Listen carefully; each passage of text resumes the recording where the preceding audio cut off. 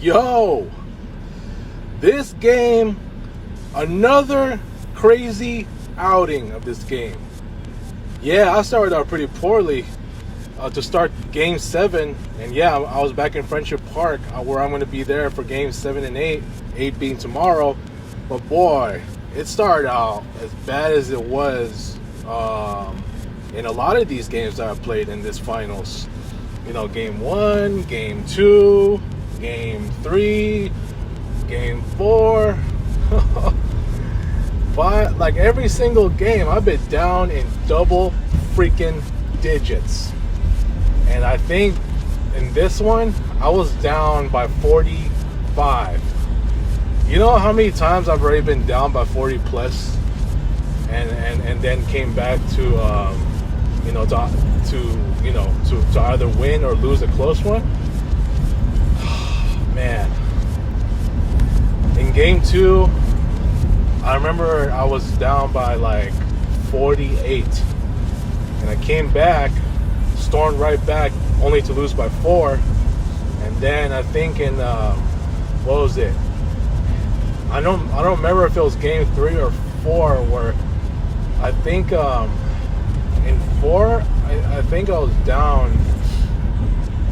I might have been down by another 40 something, and I still won. But I know in Game 6, just the past game, I was down by 47. You know, and I came back and led in double digits late off of the mid-range advantage, and I won that one 79-70 after the last missed jumper. So I won by 9 here. And in this game, back in Friendship Park, I was down big, and I only made about, I think, 4 threes in the entire first half. The last one being like that really quick one-hander, and to count that one where I was down 12 and 45. I actually did the review in Coffee Bean.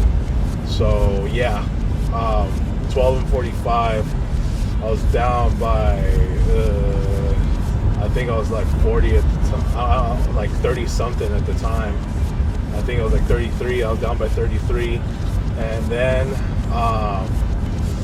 in the second half, that was the game where I was starting to feel it. I missed the first 3 that got me down 48-12, and then I made my 4-pointer, my first 4-pointer. Where I had the mid-range advantage that suddenly got me into the game now. You know, back in the game, where I eventually went only down by 18 before I missed the regular mid-range jumper to be down by 20, and then I made another 3. So that's 2 straight now. You know, after the 4-pointer. Where I had the Zimmerman advantage, the Zimmerman activity, the first attempt. So I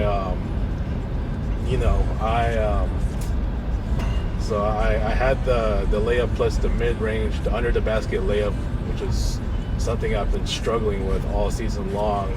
I was able to get 2 more points, which is 35, right? So 35, and oh man, saw these cones. We gotta go through another slow lane. So yeah, 35-50. I was already down by 15 at that point.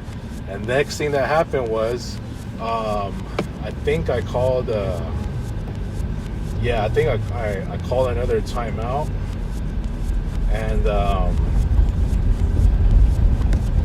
think I called my first timeout, and then I don't know if it was after the timeout where I made the 4-pointer, and that one gave me another mid-range advantage, and I was already down by 30.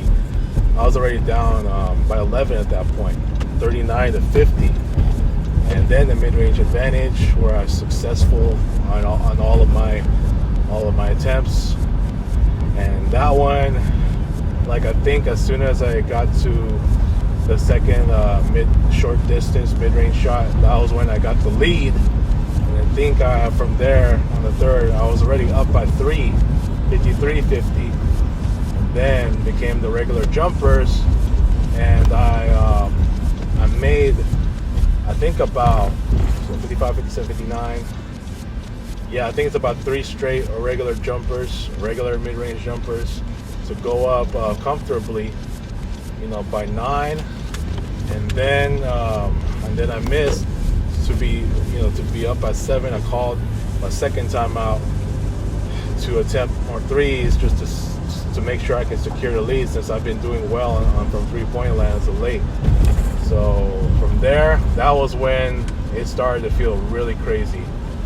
Oh my God. And I just couldn't believe I had just had so much fun out there.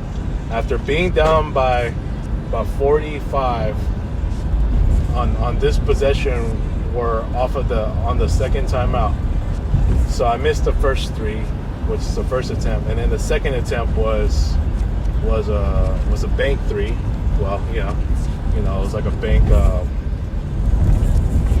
off the backboard, and that one got me up by 10, 62, 52.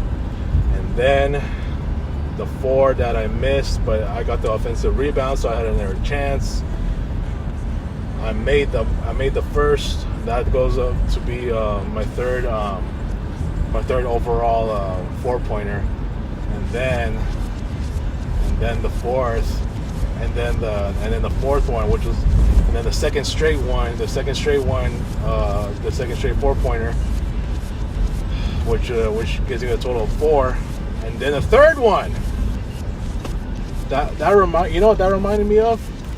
Both the Eric's birthday game and the Steph gold medal Olympic game in Cerritos Park East, where I made 3 straight 4s. And here I made 3 straight 4s, where it got me up, 74-52. So I was already up by 22 after being down by 45. And the next thing that happened, I missed the 3 of another one-hander, and ball game. The series is now 3-4, and winning by 19 after being down by as many as 45. I think I'm starting to really get the gist of this whole, this whole activity here as far as like 3-pointers is concerned. It's gonna be, I'm gonna be down big, and then I'm going to come back, as it's been every single game with the exception of game 5 and 1. But I just have to know that, I'm gonna be like this, where I'm gonna miss a bunch of threes, and the next thing you know, I'm gonna make a comeback with a lot more of these threes. So it sounds crazy to think that I would ever come back from such huge deficits, and now I'm getting a real taste for it as I continue this finals. So good for me to be down, to be now 3-4 in the series, as I'm as I continue the finals, and hoping that something tells me this is going to go to game 11.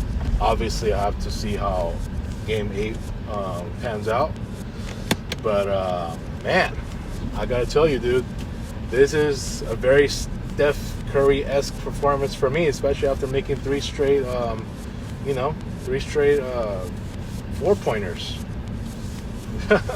3 straight 4-pointers in the, off of the second time out of the second activity, man. Getting red hot. Especially after I airball like a couple of them. Yeah. But let me get into this next topic right here. I'm going to keep this one real short as it regards not necessarily, well, I mean, it is the All-Star game, but in this one I'm going to talk about the fact that LeBron is, not an All-Star this time. That should be signs right there, as as he's nearing his way out of the NBA. Meanwhile, for Steph, he's still becomes a starter. He's still a starter. Ha! Yep. So it really shouldn't surprise me that Steph is still starting, because he's still impacting on winning with his team, even though his team is record-wise not better than what the Lakers are right now. I mean, well, considering that changed when LeBron came back, as he negatively impacted the team. As they had suddenly became a 500 team, since LeBron came back. And although the record currently doesn't show it, the fact that he's back, like, they're basically a 500 team. They're an up and down team. And that's with Steph, he has always like impacted on, winning. And his so he makes a more positive impact, and plus he is a more likable guy. He's always been, right? Changed the game, revolutionized the game, where everybody's now shooting threes, jacking up threes, and what have you. He's still one of the most popular, stars or superstars in today's NBA. And it's already been that way for 10 years.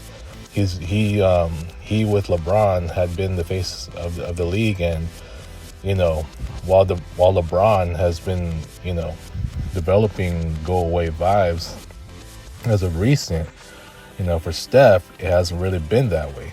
He's still playing tremendously, and I've always said, like, every time he plays spectacular on threes, I've always said he's still 2016 Steph.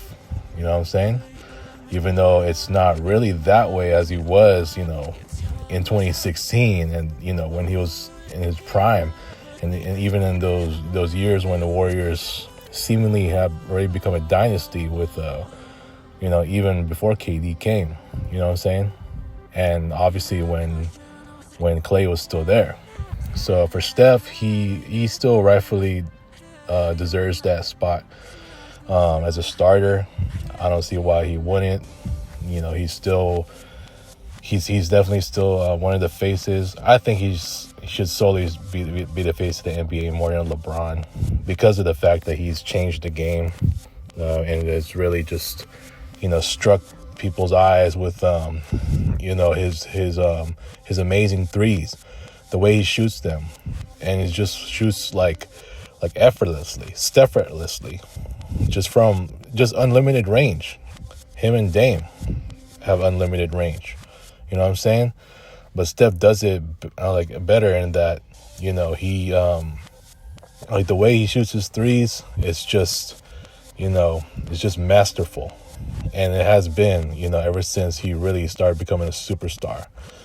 And boy, that's why I'm playing my shoot around games as games, and I have started to see myself become more efficient from the 3-point line, right? I do better when it's games, not when it's like, because I tend to notice that, when it's practice, or if it's like those free for all shoot around games that I've been playing for a long time, it's just it doesn't really do much for me on I somewhat get better, but where I do get better, especially with my shooting, my jump shots, and mid-range and threes, especially, is when I play them as games. And I'm going to my second full shoot-around season. I'm already in the finals, and it seems, and now it's already been 3 months since I'm 3 months being in the bird season tournament. Isn't that crazy? I'm just having fun right now, dude. Even if the games don't look as fun because of the way the activity is set up, the fact that I'm averaging this many threes, it's just it's just amazing how I just find myself in this position right now that that I'm 3-4 after today's game. So for the most part, the way I see Steph, man, he still deserves to be a starter. And as for LeBron, especially with his ongoing antics and all that he caused negatively, is why that's why he doesn't deserve to be a starter.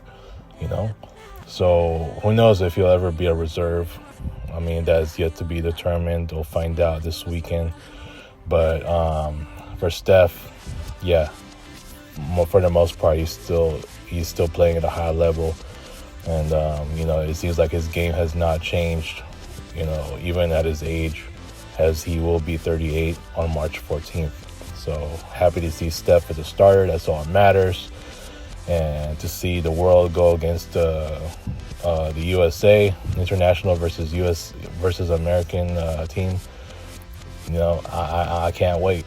I can't wait to see, Steph be in takeover mode and try to help the USA team win like he did with the Olympics in just the past couple summers. So glad for Steph, and I hope that this All-Star weekend, or especially the All-Star game, will be interesting, and let's see what Steph does again. All right, peace. Thank you for watching, everyone. Like, share, and subscribe.